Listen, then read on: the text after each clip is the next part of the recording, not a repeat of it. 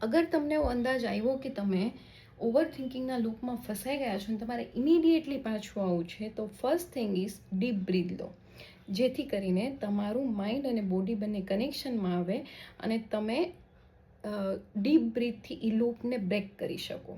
બીજું, જર્નલિંગ કરો.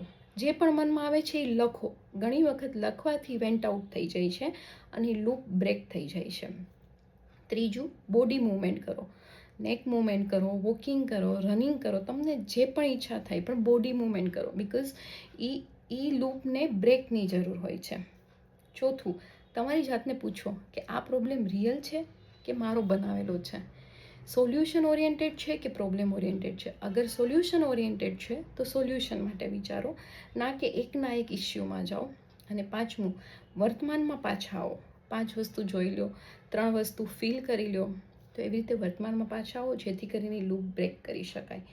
આ થયું શોર્ટ ટર્મ માટેનું. અગર તમે લોંગ ટર્મ માટેનું વિચારતા હો તો ન્યુટ્રિશન ડેફિશિયન્સી પર વર્ક કરો, તમારી સ્લીપ પર વર્ક કરો, તમારું એક્સરસાઇઝ રૂટીન રેગ્યુલર ગોઠવો અને મસ્ત મજાનો મી ટાઈમ ગોઠવો આખા દિવસનો. તમારું ઓવર થિંકિંગ કાયમી સ્ટોપ થઈ જશે. Okay, stay tune for more reels.